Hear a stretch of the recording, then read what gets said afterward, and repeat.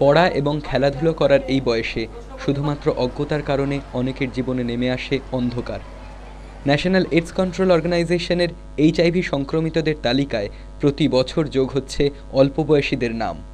এর একমাত্র কারণ অজ্ঞতা।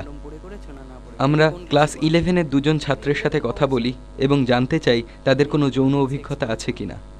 হ্যাঁ, এর আগে 10-12 মতো করেছি। হ্যাঁ, 2বার করেছি। আমরা ওদের কাছে এও জানতে চাই যে তারা প্রোটেকশন নিয়েছিলেন কিনা। না, তখন তো এইসব বিষয়ে আমি জানতাম না, তাই কন্ডমটা পরিনি। না, আমি প্রোটেকশন নিয়ে করিনি। যদি জানতাম তাহলে আমি প্রোটেকশন নিয়ে করতাম। আমরা ছাত্রদের কাছে এও জানতে চাই যে তারা ঠিক কোথায় গিয়েছিলেন। সোনাগাছি এইসব আছে।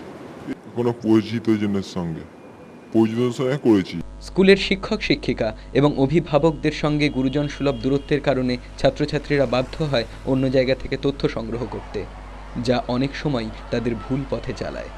কারণ বাবা মাকে বলতে আমাদের সংকোচ বোধ হয়, আর টিচারদের বলতে গেলে টিচাররা এসব প্রশ্নের উত্তর দেবেন না, উল্টো আমাদের বকবেন। সবার বাবা মা তো সমান হয় না, আর সবার বাবা মা ফ্রেন্ডও হয় না, সেই জন্য কিছু কিছু ক্ষেত্রে সবসময় সম্ভব হয় না। টিভিতে যে সিরিয়াল হয়, অনেক সিরিয়ালের মধ্যে মাঝখানে দেখা, যেমন একটা সিরিয়াল দেখাচ্ছে জাসুস বিজয়, তার জাসুস বিজয়ের মধ্যে মাঝখানে সেক্সের দেখাচ্ছে, এইডসের সম্বন্ধে বোঝাচ্ছে। আমাদের স্কুলে যেসব বিভিন্ন সংস্থাগুলো আসে এইডসের ব্যাপারে জানাত, এছাড়া ম্যাগাজিন থেকে জানতে পারি, এইডস সম্বন্ধে বিভিন্ন রকম অনুষ্ঠান হয়, তা থেকে জানতে পারি। একই মত। তাছাড়া বন্ধুরা কিছু কিছু হয়তো জানে, তাদের থেকে জানি, বিভিন্ন কাউন্সিলর আছে স্কুলে, তাদের থেকে জানতে পারি, টিভিতে অনেক সিরিয়াল হচ্ছে, সেগুলোও আমরা জানতে পারি। চীন, আমেরিকা প্রভৃতি দেশের তুলনায় ভারতে 24 বছরের কম বয়সী যুবকদের সংখ্যা অনেক বেশি।